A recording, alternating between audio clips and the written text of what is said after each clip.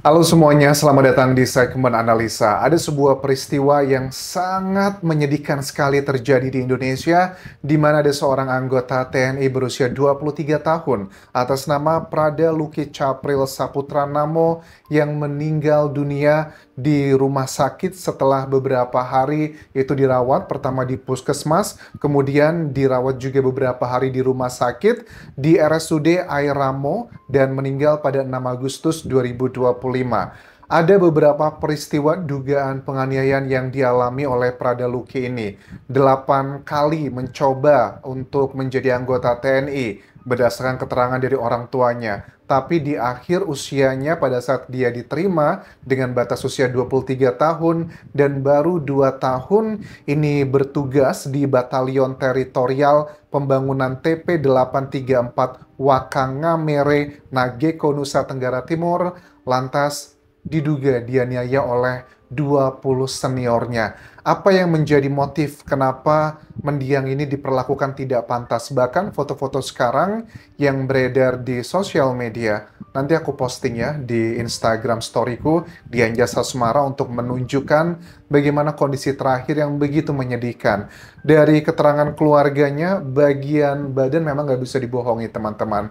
Itu banyak sekali hal-hal yang lebam, memar, bekas rokok itu banyak banget di punggung dan sebagainya. Cuma kronologinya seperti apa dari kasus ini? Karena bapak dari mendiang juga yang merupakan TNI bernama Sersan Mayor Christian Namo, ini sekarang videonya lagi viral ya, di mana-mana bagaimana seorang ayah begitu marah dan juga kecewa. Kita paham lah, ada banyak kata-kata yang disampaikan beliau ini kesannya menyakitilah sebagian orang, tetapi adalah hal yang wajar. Seorang ayah melihat putranya dengan kondisi seperti itu, aku rasa kita bisa memaklumi dengan kata-kata merah putih dan sebagainya. Tidak akan aku putarkan, tapi yang bisa kita pahami di sini adalah yang diminta oleh sang ayah dengan emosional tersebut, beliau meminta negara hadir dalam mengungkap kasus ini. Dan beliau juga kecewa terhadap rumah sakit TNI dan juga Polri yang menolak melakukan otopsi.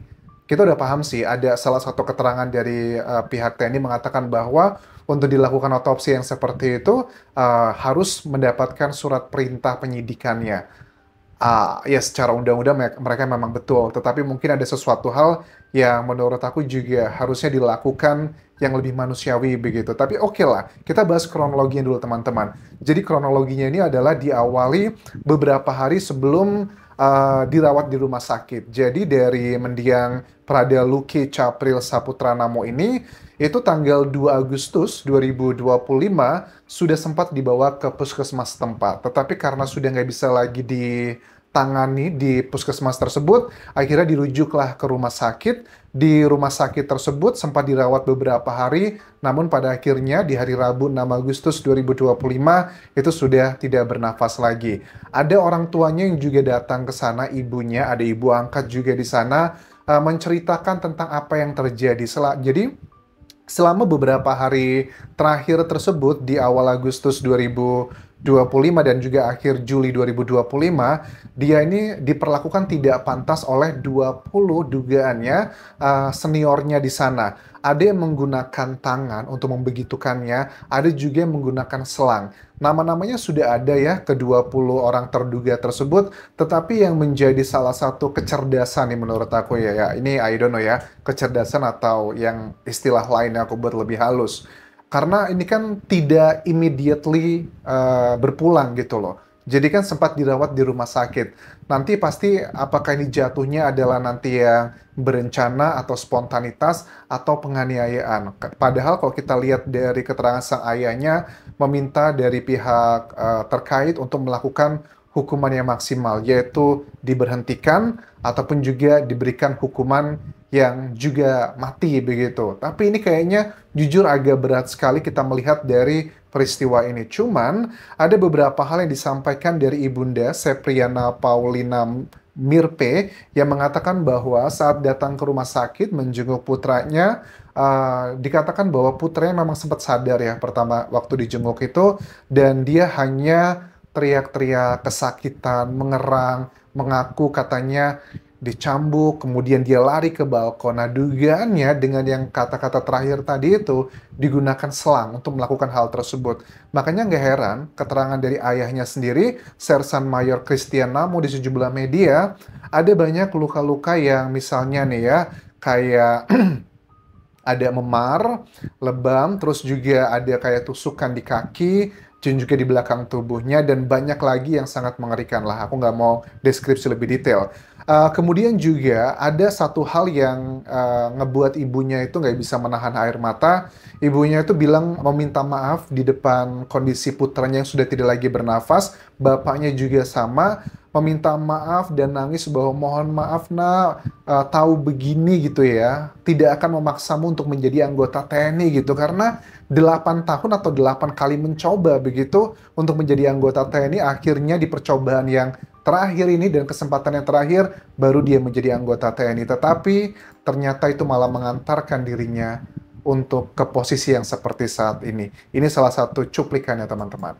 Maafkan sama kita orang begitu, mama sedih. Mama kelihatan jadi tumpuan keluarga mama. Iya, saya harap dia kan ada dua masih kecil. Iya, dia minta maaf dan menceritakan bahwa dia masih punya 2 adik kecil dan dia juga berjanji katanya kalau SK-nya sudah turun mau membelikan rumah untuk ibunya. Keluarga yang sangat sederhana ya, dan di sini luar biasa banget apa ya, dari ibunya juga masih tegar, masih terus mencari keadilan buat putranya. Dan dikatakan juga dari ibunya bahwa dia sempat nih menyebutkan nama-nama pelakunya pada saat mendiang itu dirawat di rumah sakit.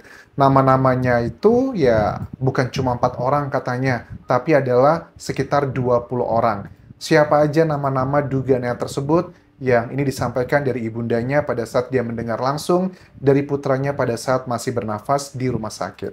Namanya satu Bama, satu dan si intelnya. Dia bilang begitu. Mama saya dipukul sama Bama dan si intel dan senior-senior yang lain.